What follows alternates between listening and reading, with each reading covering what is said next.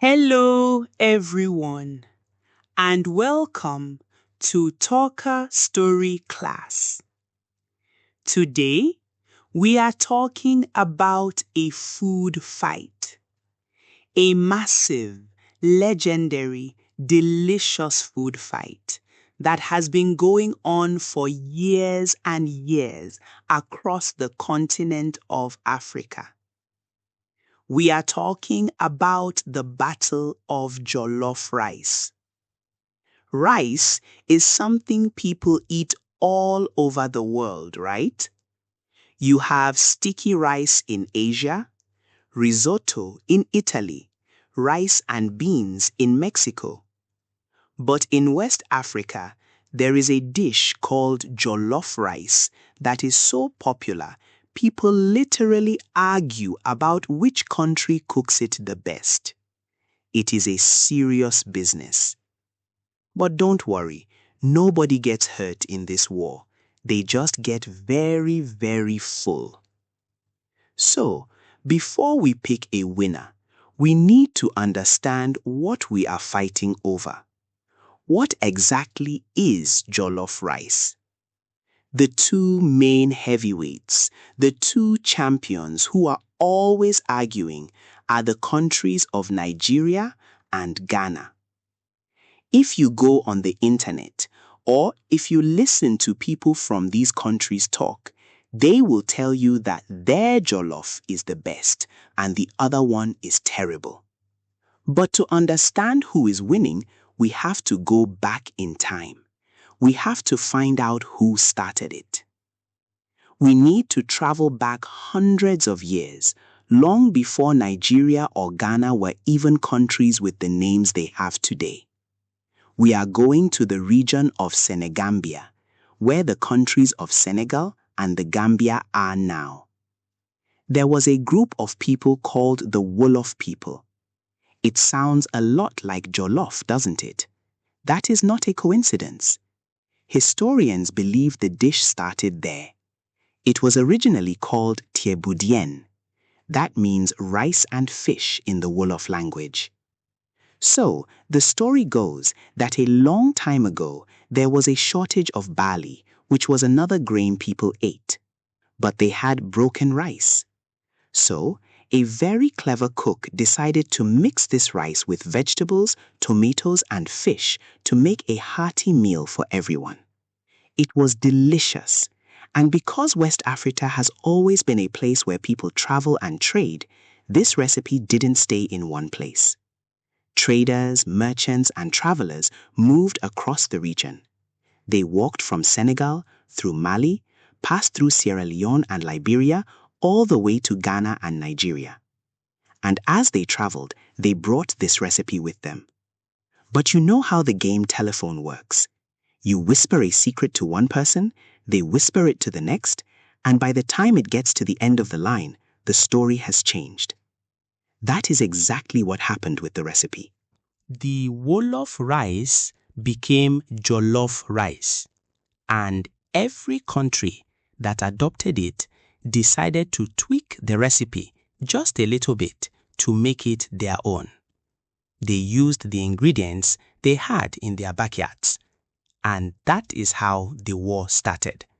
Everyone thinks their version is the correct version.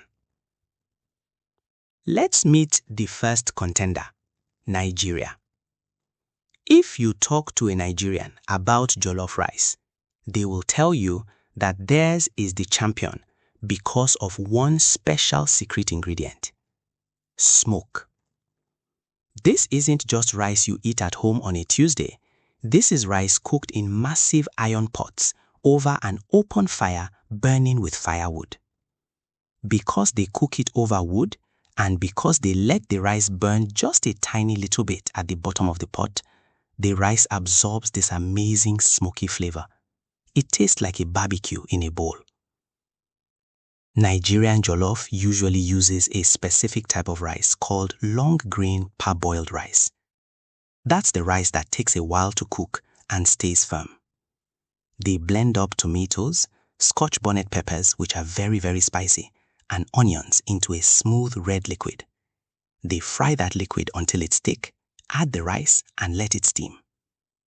They are very proud of the fact that their rice is spicy and full of that burned, smoky taste. They say that without the smoke, it's not jollof, it's just tomato rice. Now, let's fly over to the second contender, Ghana. Ghana is a little bit to the west of Nigeria. If you ask a Ghanaian, they will say no, no, no. The biggest difference in the Ghana camp is the type of rice. Ghana usually uses basmati rice or jasmine rice. These are the more perfumed aromatic rices you might see in Asian cooking. They are starchier and softer. Ghanaians say this makes their jollof more perfumed and sophisticated. Also, the Ghanaians argue that their jollof has better flavor because they start by frying a meat stew first, maybe goat or beef, and then they use that flavorful oil to start the rice. They also tend to use more vegetables mixed right into the rice, whereas Nigerians usually serve the vegetables on the side. Shito is a black pepper sauce made with ginger, dried fish, and crustaceans. They put a dollop of this spicy black sauce on top of the red rice. They say the combination of the perfumed jasmine rice and the spicy shito makes them the winners. So we have the smoky long grain warriors of Nigeria versus the aromatic jasmine warriors of Ghana. Now, imagine you are a judge in this competition. You sit down at a table. On your left is a plate of Nigerian jollof. It's bright red. You can smell the firewood smoke. And when you take a bite, it has a spicy kick that hits you right away. On your right is a plate of Ghanaian jollof. It smells flowery like jasmine. The grains are a bit stickier, and it has that deep, complex flavor from the meat stew base. Who do you pick? It's really hard, right? And here is where it gets even more complicated. Remember how I said the recipe traveled all over West Africa? Well, Nigeria and Ghana are the loudest in the argument, but they aren't the only ones cooking. We cannot forget the original creators, Senegal. In Senegal, the dish looks different. It is often served on a huge communal tray that everyone eats from together. They usually cook it with fish and lots of large chunks of vegetables like carrots, cassava, and eggplant placed beautifully on top. It's not just a side dish, it's the main event. Then you have countries like Liberia and Sierra Leone. In Liberia, they might add chunks of ham or other meat directly into the pot, and sometimes they add mixed vegetables like green beans and peas to make it colorful. Every country adds its own fingerprint to the plate. But let's go back to the big rivalry, Nigeria versus Ghana. Why is it such a big deal? Why is it a war? It's mostly a friendly rivalry. It's like sports teams. You know how people cheer for their local football or basketball team? It's about pride. Food is a huge part of culture. It is how we celebrate birthdays, weddings, and holidays. When you tell someone their jollof isn't good, you are insulting their grandmother's recipe, and their happy childhood memories, and their national pride. There have been blind taste tests where people eat the rice without knowing which country it came from, to try and settle this once and for all. And you know what happens? The results are always different. Sometimes Nigeria wins.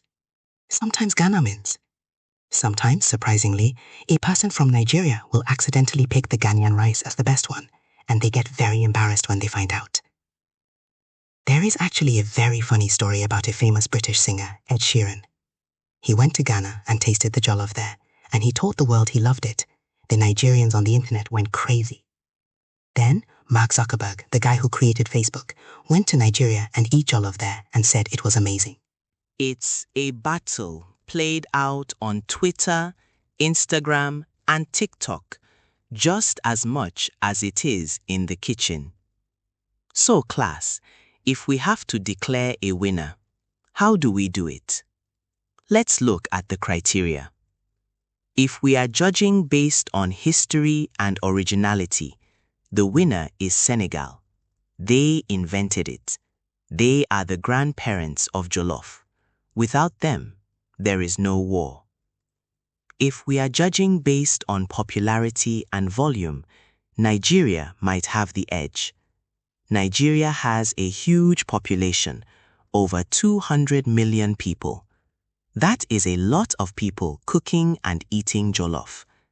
Because there are so many Nigerians all over the world, they have made their version very famous. If you go to a restaurant in London or New York, you are very likely to see the Nigerian version. If we are judging based on aroma and sophistication, the Ghanaians make a strong case with their jasmine rice and that delicious shito sauce. But I want to propose a different way of looking at this war. I think the fact that there is a war at all is a good thing. Think about it. We have half a dozen countries with millions of people, all united by one dish. They are all sitting down to eat the same basic concept: red rice, tomatoes, onions, spices, and love.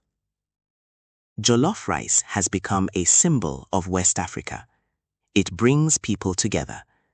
If you go to a party where there are Nigerians, Ghanaians, Liberians, and Sierra Leoneans, there will always be jollof rice. They will tease each other, they will make jokes, they will argue, but they will all grab a plate and eat. In a way, the war of jollof isn't really a war. It's a conversation. It's a way for neighbors to talk to each other. It's a way for West Africa to show the rest of the world that they have amazing cuisine. So who is winning the war? I think the winner is the person eating the rice. The winner is you if you get to taste it. If you ever have the chance to try jollof rice, don't be scared of the red color. Don't worry if it's a little bit spicy. You can handle it. You can smile and say what a clever diplomat would say. So, to wrap up our lesson today, we learned that jollof rice comes from the Wolof people in Senegal. We learned that it traveled across West Africa. We learned that Nigeria likes it smoky with long grain rice, and Ghana likes it aromatic with jasmine rice. And we learned that food can be a way for countries to compete, but also a way for them to be friends. The battle of jollof rice may never officially end. Nigeria will keep shouting, Ghana will keep shouting, and Senegal will keep smiling, knowing they started it all. But as long as the pots are boiling and the spices are flowing, I think everyone wins. Thank you for listening, and I will catch up with you in our next story. If you like a story like this, consider subscribing and liking our videos.